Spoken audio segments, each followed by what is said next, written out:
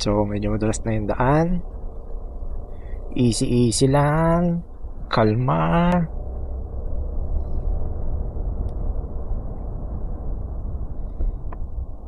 Ito pa isa.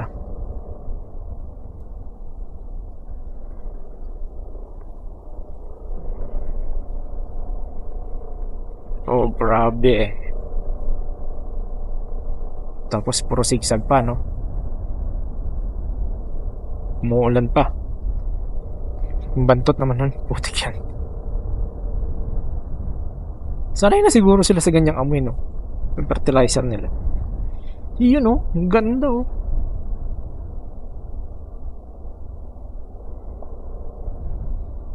Hugas pa. Tanggal putik. Tanggalin mo yung putik. Huwag mong dagdagan.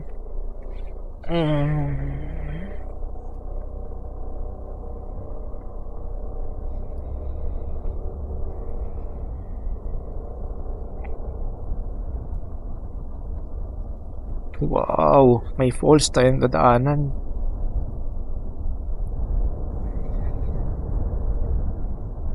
Good call. Tayo'y nagkapote na. Grabe ang lamig, may hangin pa.